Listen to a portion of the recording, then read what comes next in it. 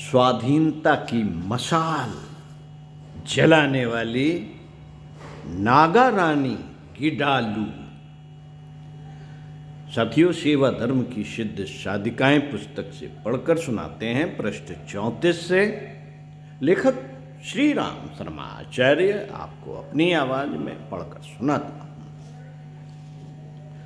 साथियों, उस नन्ही बहादुर लड़की ने अपनी देशभक्ति के जोश में एक विशाल साम्राज्य को चुनौती दी थी, मगर उसे कितनी यातना और घुटन सहनी पड़ रही है। पहाड़ की ताजी खुशनुमा हवाओं में अब वह कभी नहीं जी सकेगी। पहाड़ी की ढलानों पर जंगली कुंजों में अब वह कभी आजादी से नहीं घूम सकेगी। यह छोटी सी उन्मुक्त गिडालू रानी चुपचाप बैठी रहती होगी अंधेरे में कैद, छोटी सी कोठरी में बिल्कुल अकेले अपनी यंत्रणा को चुपचाप झेलते हुए। और अफसोस यह कि हिंदुस्तान अपनी इस बहादुर बिटिया के बारे में जानता भी नहीं। भारत की यह बहादुर बेटी नागा पहाड़ियों की पवित्र संतान है, जिसकी सांस सांस में पहाड़ी हवाओं की आजादी बची हुई है। उसके प्रदेश के लोग उसे प्यार, इज्जत और दुख से याद करते हैं। एक दिन आएगा जब सारा हिंदुस्तान उसे याद करेगा, उसे इज्जत बख्शेगा और कैद खाने के दरवाजे खोलकर उसे बाहर ले आएगा। ये शब्द पंडित जवाहरलाल नेहरू के हैं, जो उन्होंने नन्ही गिडालू के कारावास के समय कहे थे। नागा रानी गिडालू का जन्म बर्फीली चोटियों,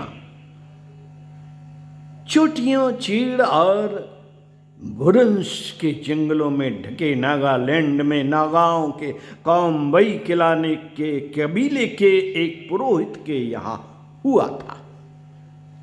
उन दिनों पहाड़ी जनजातियों में शिक्षा का प्रचार नहीं था। अधिकांशतः बालक बालिकाएं बचपन से ही खेती बाड़ी आदि में लग जाते थे और आजीविका के लिए कठोर परिश्रम करते थे।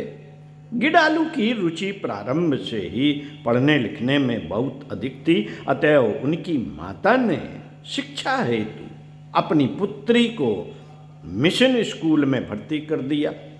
क्रमशः कक्षाएं पास करते हुए वे 10वीं श्रेणी में पहुंच गई। विद्यालय के वातावरण का, शिक्षा दीक्षा का बालक के कोमल मस्तिष्क पर अमिट प्रभाव पड़ता है।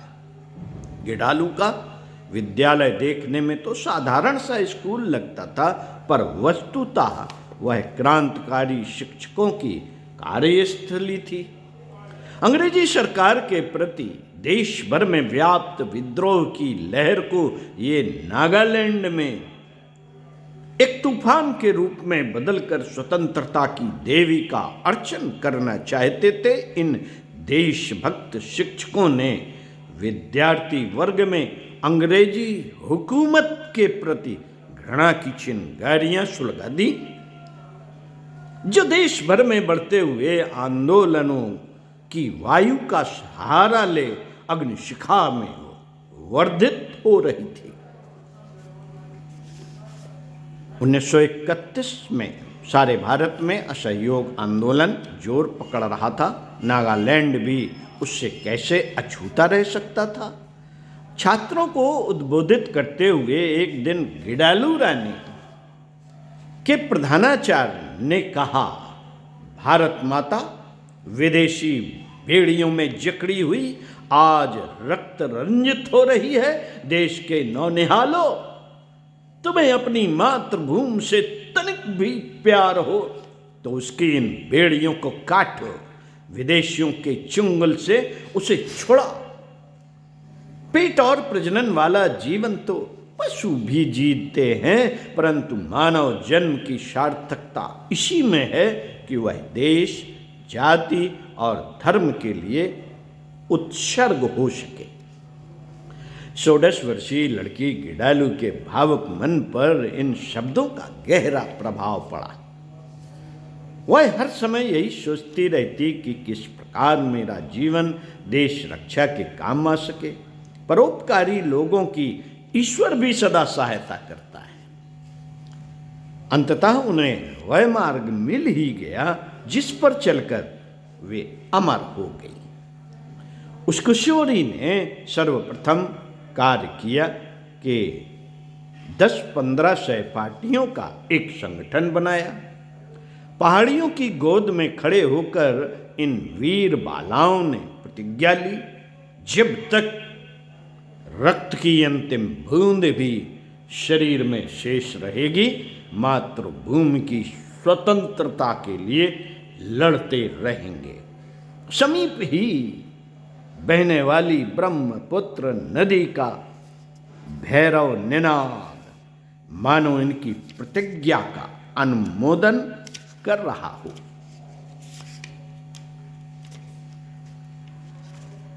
किशोरी दल में अंग्रेजों के प्रति विद्रोह की आग दिन पर दिन धधकती जा रही थी। इनकी शिराओं में बहादुर पहाड़ी जात का रक्त खौल रहा था। वे कुछ कर दिखाने को आतुर थीं। अपनी साथियों के इस जोश को गिडालू ने रचनात्मक कार्यक्रम में लगाया।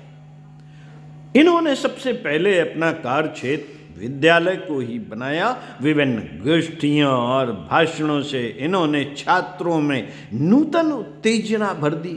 परिणाम यह हुआ कि इनका संगठन अत्यंत व्यापक हो गया और अनेक युवक युवतियां इस क्षेत्र में कूद पड़े।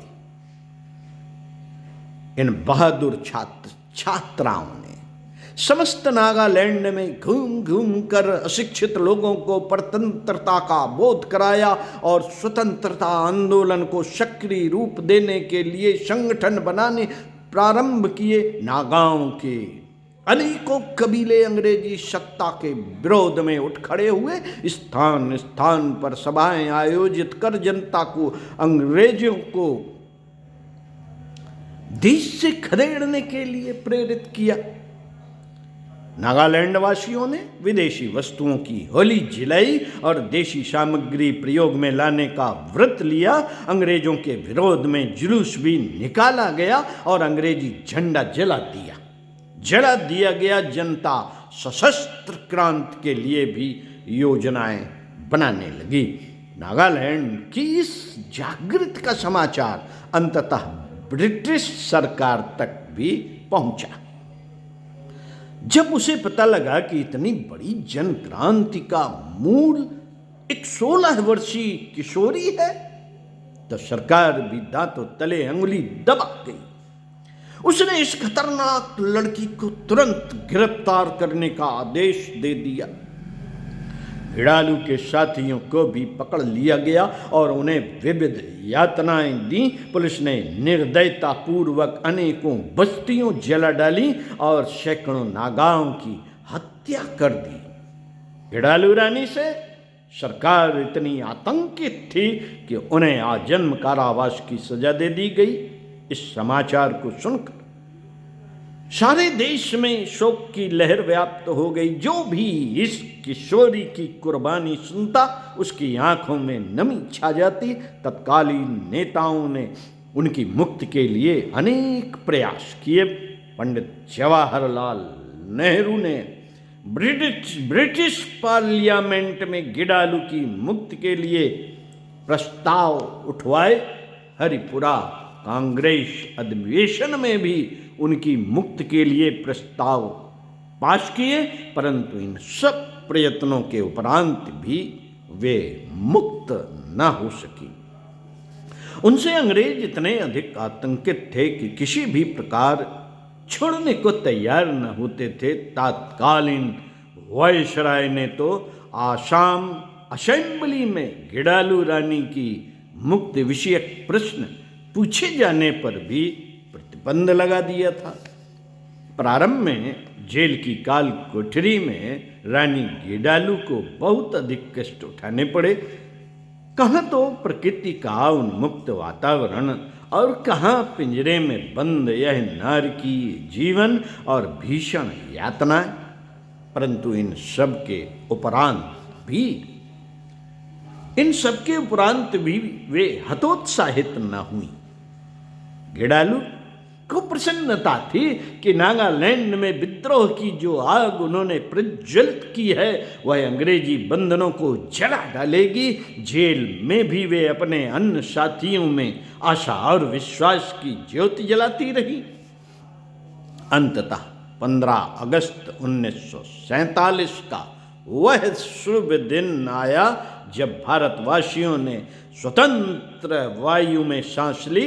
स्वतंत्रता के बाद भी नेहरू जी गिडालू रानी की मुक्ति का प्रयास करते रहे और 19 जुलाई 1949 के मंगलमय दिन गिडालू रानी जेल से मुक्त हुई।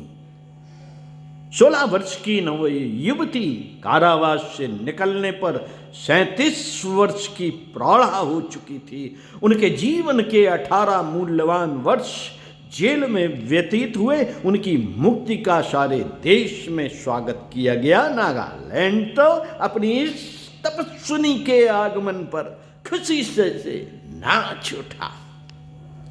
रानी गिडालू स्वतंत्रता के पश्चात भी देश की उन्नति में विविध प्रकार से योगदान देती रही। सरकार ने उस देवी के सम्मानार्थ आजीवन पेंशन देनी प्रारंभ की, परंतु इससे भी उन्होंने सेवा कार्यों में लगा दिया। नागालैंड की चहुमुखी प्रगति में गिडालू रानी का योगदान कदापि विस्मृत नहीं किया जा सकता। ओम शांति। सदियों इसी पुस्तक को पढ़ते हुए स्वाध्याय सत्संग का क्रम बनाए रखेंगे। अगले वीडियो में आपसे पुनः मिलते हैं एक और वीडियो के साथ।